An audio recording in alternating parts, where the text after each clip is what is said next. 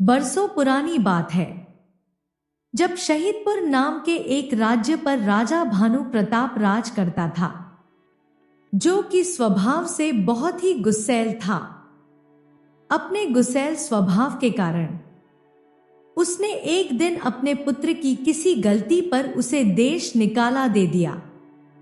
राजकुमार ने अपने पिता की आज्ञा तो मानी, मगर उसने छुपके से कुछ लाल अपने साथ रख लिए और फिर दुखी मन से वह महल को छोड़कर चला गया। चलते चलते वह बहुत दूर एक जंगल में जा पहुंचा। वहां पर उसे एक ऋषि महाराज का आश्रम दिखाई दिया। ऋषि महाराज का तेजस्वी चेहरा देखकर युवराज को बहुत ही शांति मिली और उसने ऋषि महाराज को प्रणाम किया और वहीं पर बैठ गया। कुछ देर के बाद जब ऋषि महाराज ने अपनी आंखें खोली तो देखा कि एक नौजवान उनके सामने बैठा है। ऋषि महाराज ने पूछा, बेटा तुम कौन हो और यहाँ पर कैसे आए? युवराज सुमाली ने साधु महाराज को सारी बात सच सच बता दी। ऋषि महाराज ने उसकी बात को ध्यान से सुना और बोला, पुत्र तुम एक नेक आदमी हो, इसलिए मैं तुम्हें 4 सीख दे रहा हूं जो कि तुम्हारे जीवन में बहुत ही काम आएंगी। तुम उन पर अमल अवश्य करना। पहली सीख यह है कि प्रदेश में एक से भले 2 होते हैं और दूसरी यह कि परदेश में कभी दूसरे का हाथ का बनाया हुआ खाना मत खाना और कभी खाना पड़ भी जाए तो पहले किसी दूसरे जीव को खिला देना। तीसरी सीख यह है कि परदेश में किसी दूसरे की बिछाई हुई चारपाई पर कभी मत सोना। अगर कभी सोना पड़ भी जाए तो पहले बिस्तर की अच्छी तरह से जांच परख कर लेना। चौथी सीख यह है कि कभी किसी दुश्मन के जाल में फंस जाओ तो नरमी से या फिर ज्ञान की बातें सुनाकर अपने लक्ष्य को प्राप्त करना। ऋषि की दी हुई सीखों को पल्ले से बांधकर युवराज उन्हें प्रणाम करके और उनका आशीर्वाद लेकर अपने सफर पर आगे बढ़ गया।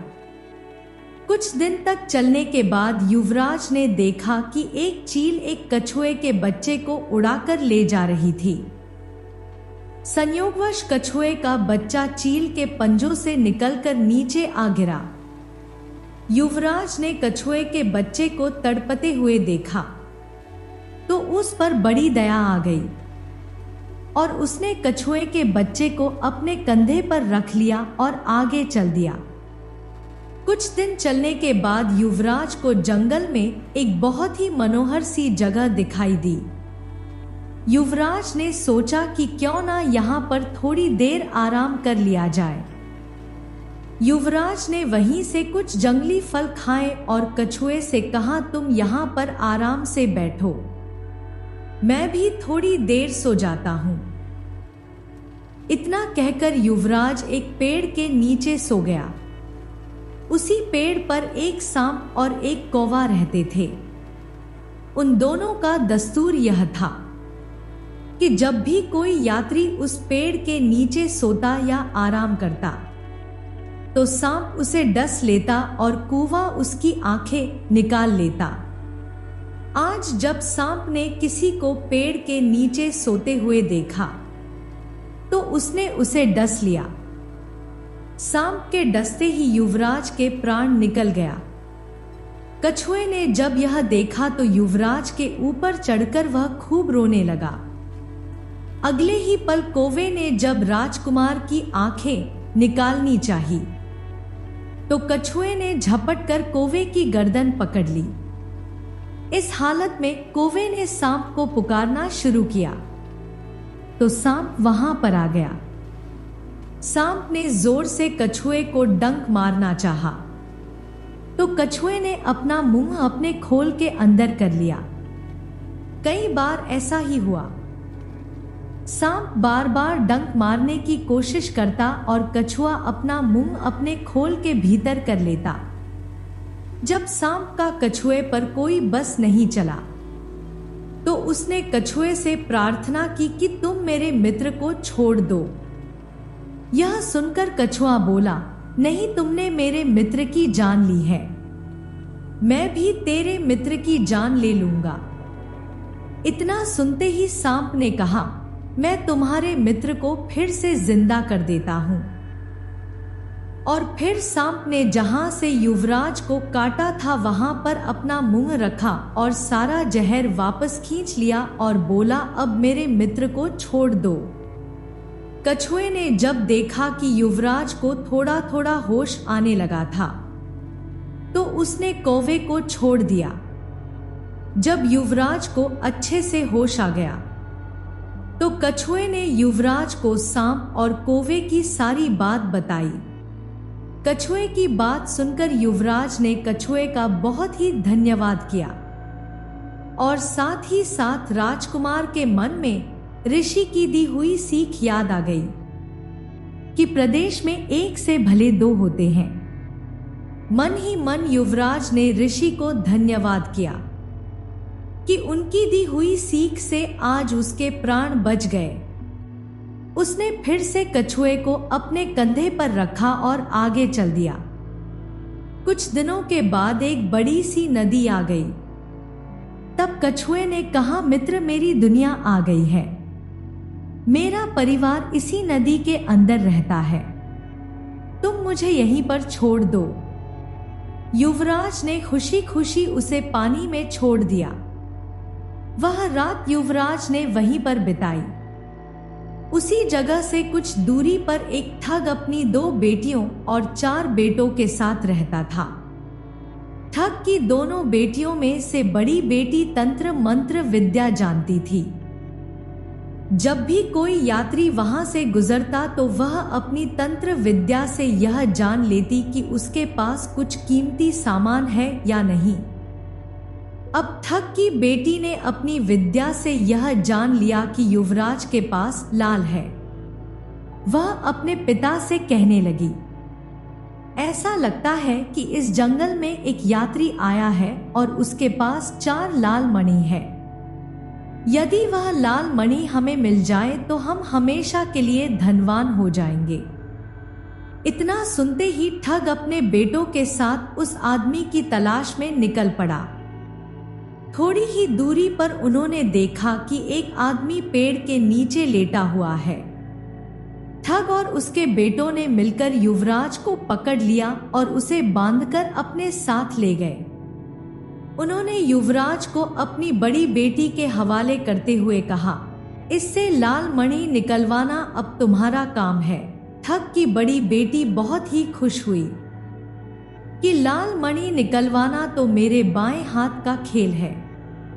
जबकि ठग की छोटी बेटी की नजर जब युवराज पर पड़ी तो वह उस पर मोहित हो गई और उससे प्यार करने लगी। मगर भाई और बाप के डर से वो कुछ नहीं बोली, परंतु अंदर ही अंदर उसने यह फैसला कर लिया था कि वह युवराज को बचाएगी और वह इसका उपाय ढूंढने लगी।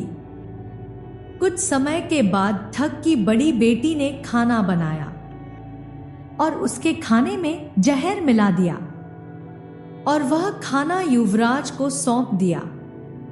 युवराज जैसे ही खाना खाने लगा तो उसे ऋषि की दूसरी सीख याद आ गई। उसने तुरंत वह खाना एक कुत्ते के सामने डाल दिया। खाना खाते ही कुत्ते ने दम तोड़ दिया। युवराज को इस बात की बहुत ही खुशी हुई कि आज ऋषि की दूसरी सीख ने उसकी जान बचा ली।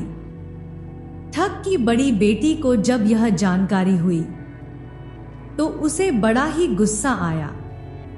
उसने युवराज से कहा, हमारी मर्जी के बिना तुम यहां से कभी नहीं जा सकते।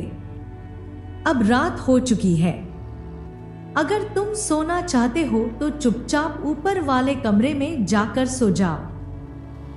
युवराज ऊपर सोने के लिए चला गया, मगर जैसे ही वह बिस्तर पर लेटने लगा तो उसे ऋषि की तीसरी सीख याद आ गई। युवराज बिस्तर को झाड़ने के लिए उसकी चादर को हटा देता है तो देखता क्या है कि नीचे अंगारों से भरा हुआ एक कुंड था। यह देखकर राजकुमार हैरान रह गया।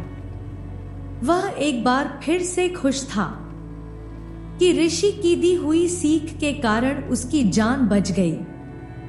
इधर थक की छोटी बेटी अपने घर वालों से छिपती छिपाती हुई ऊपर वाले कमरे में आ गई और युवराज से कहने लगी, मैं तुम्हें चाहने लगी हूं, तुमसे बहुत ही प्रेम करती हूं, परंतु आज की रात तुम पर बहुत ही भारी है।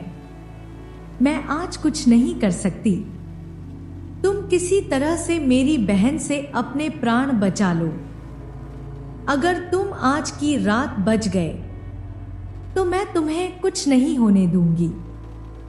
मैं तुम्हारी दासी बनने को तैयार हूं, मगर मैं तुम्हारे बिना रह नहीं सकती।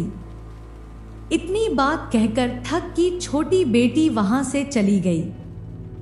कुछ समय के बाद थक की बड़ी बेटी सोचने लगी, वह आदमी तो अब तक जलकर राख हो गया होगा। इतना सोचकर वह ऊपर वाले कमरे में आई तो उसने देखा कि युवराज तो दूसरी खाट पर आराम से लेटा हुआ है। अब तो उसके क्रोध की सीमा ना रही। उसने गुस्से में आकर अपनी कटार निकाली और युवराज की गर्दन पर रख दी और बोली, वह चारों लाल मणि कहां पर है, मुझे दे दो, वरना जान से जाओगे। उसी समय युवराज को ऋषि की चौथी बात याद आ गई कि शत्रु के जाल में फंस जाने पर उसे कोई ज्ञान की बात सुनाकर या नरमी से पेश आकर अपने उद्देश्य को प्राप्त करो।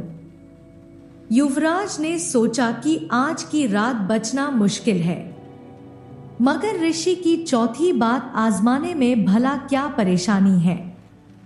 यह सोचकर युवराज ने कहा, मेरे पास लाल मणि होते तो अब तक मैं तुम्हें दे चुका होता। वह लाल मणि मेरे जीवन से ज्यादा कीमती नहीं है, लेकिन फिर भी अगर तुम मुझे मार दोगी तो वैसे ही पछताओगी जैसे राजा तोते को मारकर पछताया था।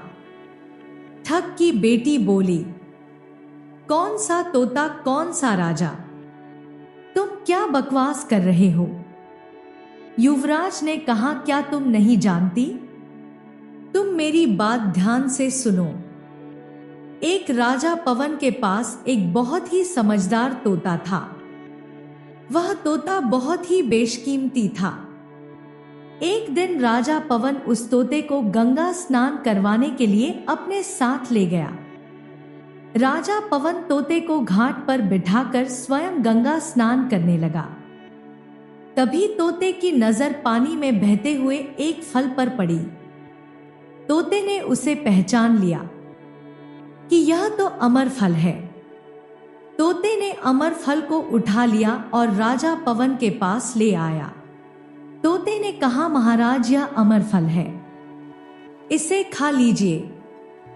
राजा पवन ने सोचा, मैं अकेला इसे खाकर क्या करूंगा, इसे अपने बाग में लगा दूंगा और फिर जब इस पर बहुत सारे फल लगेंगे तो अपने पूरे परिवार को खिलाकर अमर हो जाऊंगा। राजा पवन नेक दिल था, लेकिन उससे यह बड़ी गलती हो गई। गंगा स्नान से लौटकर राजा पवन ने वह फल अपने माली को दे दिया और माली ने अपने हाथों से उसे बाग में लगवा दिया। कुछ समय के बाद वह पौधा बना और पौधे से पेड़ बन गया और धीरे धीरे वह पेड़ फलों से लद गया, मगर फलों के पकने में अभी देर थी। एक दिन एक फल पका और नीचे गिर गया और एक सांप ने आकर उस पर अपना डंक मार दिया, जिसके कारण वो फल अब जहरीला हो चुका था। इस बात से अनजान माली ने उस जहरीले फल को उठाकर राजा पवन के सामने पेश कर दिया। राजा पवन ने जब फल को देखा तो बहुत ही खुश हुआ। उसने सबसे पहले उस फल को अपने सबसे प्यारे कुत्ते को खिलाना उचित समझा। जब राजा पवन ने कुत्ते को फल खिलाया तो कुत्ते ने दम तोड़ दिया। यह देखकर राजा क्रोध में आ गया और उसने तोते से कहा, तोते तू तो बहुत ही बेईमान है, तू मुझे जहर देकर मारना चाहता था। इतना कहकर राजा ने तोते की गर्दन को मरोड़ दिया और फिर सैनिकों से कहा कि इस पेड़ पर जहरीले फल लगते हैं, ध्यान रहे कि कोई इस पेड़ के फल ना खाने पाए। अब यह खबर फैलते फैलते पूरे नगर में फैल चुकी थी कि राजा पवन के बाग में एक ऐसा पेड़ है जिस पर जहरीले फल लगते हैं। एक दिन उसी नगर में सास बहू में झगड़ा हो गया। बुढ़िया ने कहा, मैं जाकर राजा पवन के बगीचे में से वह जहरीला फल खा लेती हूं, फिर तुम आराम से रहना। इतना कहकर बुढ़िया चुपते चुपाते राजा पवन के बाग में पहुंच गई और उसने पेड़ से एक फल तोड़कर खा लिया। फल को खाते ही बुढ़िया जवान और सुंदर हो गई। जब राजा पवन को यह समाचार मिला तो उसे समझ में आ गया कि उसके तोते की बात गलत नहीं थी, बल्कि तोता बिल्कुल सच कह रहा था। और वह रोने लगा, सोचने लगा कि मैंने व्यर्थ ही अपने तोते को मार डाला। सच में यह तो अमर फल ही है। और फिर युवराज की कहानी समाप्त हुई। तब तक सवेरा हो चुका था। ठग की बड़ी बेटी ने कहा, आज तो तुमने मुझे अपनी बातों में फंसाकर अपनी जान बचा ली, मगर आज की रात मेरी छोटी बहन की बारी है। वह तुम्हें हरगिज जिंदा नहीं छोड़ेगी। जब ठग की छोटी बेटी को पता चला कि राजकुमार सुमाली जिंदा है और सही सलामत है, तो उसकी खुशी का ठिकाना ना रहा। वह अपनी बहन के सामने नाटक करती हुई कहने लगी, तुम चिंता मत करो बहन, आज की रात में इससे लाल मणि निकलवा कर इसका काम तमाम कर दूंगी। दिन बीता, रात हुई। तब ठग की छोटी बेटी युवराज के पास आई और कहने लगी, भगवान का शुक्र है जो तुमने अपनी जान चालाकी से बचा ली। युवराज ने कहा कि तुम सब यह काम क्यों करते हो? ठग की बेटी कहने लगी, यह तो हमारी खानदानी रीत है। मेरे भाई और बाप यात्रियों को पकड़ कर लाते हैं और हम बहनें उनसे माल निकलवाती हैं और बाद में यात्रियों को मार दिया जाता है। मगर मैंने तो तुम्हें अपना मालिक मान लिया है और मैं तुम्हारी दासी बनने को तैयार हूं। युवराज ने कहा, अगर तुम्हारे पिता को पता चल गया तो क्या वह हम दोनों को एक होने देंगे? क्योंकि अब मैं भी तुम्हें चाहने लगा हूं। तुम्हें देखते ही मैं समझ गया था कि तुम एक नेक दिल लड़की हो। ठग की छोटी बेटी ने कहा, तुम इस बात की चिंता ना करो, आज की रात हम दोनों यहां से भाग जाएंगे और इतनी दूर चले जाएंगे कि मेरे परिवार वाले वहां पर कभी नहीं पहुंच सकेंगे। युवराज बोला, मगर यह कैसे होगा? वह कहने लगी, रात के समय जब सभी लोग सो जाएंगे तो हम यहां से निकलेंगे और उसका उपाय मेरे पास है। मेरे पिता के पास 2 ऊंटियां हैं, उनमें से एक तो दिन भर 60 कोस दौड़ती है और दूसरी 100 कोस दौड़ती है। सभी के सो जाने के बाद हम दोनों चुपके से उन ऊंटनियों को खोल लेंगे और मैं अपने साथ कुछ धन बांध लूंगी। आधी रात के बाद जब सब लोग सो गए, युवराज ठग की छोटी बेटी का इशारा पाकर ऊंट को खोलने के लिए चला गया। उस समय तक ठग की छोटी बेटी ने बहुत सारा माल बांध लिया। और दोनों ऊंट पर सवार होकर वहां से निकल गए। जब सवेरा हुआ तो ठग ने देखा कि वह अनजान मुसाफिर और उसकी छोटी बेटी दोनों गायब है। उसने सोचा बेशक वह बदमाश मेरी छोटी बेटी को भगा कर ले गया। ठगों ने उनका पीछा करने की कोशिश की मगर सब बेकार। युवराज और ठग की छोटी बेटी बहुत दूर निकल चुके थे और कई दिनों का रास्ता तय करने के बाद वह एक अनजान नगर में जा पहुंचे और वहीं पर बस गए। अब तक राजकुमार के देश निकाले की अवधि भी पूरी हो चुकी थी और फिर एक दिन वह अपनी पत्नी को लेकर अपने महल वापस चला गया। उधर राजा भी अपने बेटे की जुदाई में पागल सा हो चुका था। उसने जब अपने बेटे और बहू को देखा तो खुशी से फूला ना समाया। अब ठग की बेटी और युवराज का विवाह बड़ी ही धूमधाम से कर दिया गया और वे दोनों पति पत्नी की तरह हंसी खुशी अपने दिन गुजारने लगे। तो दोस्तों, अगर आपको यह कहानी पसंद आई है तो इसे लाइक कीजिए, चैनल को सब्सक्राइब कीजिए और साथ ही अपने अच्छे कमेंट करना बिल्कुल मत भूलिएगा। तो मिलते हैं आपसे किसी अगली कहानी में।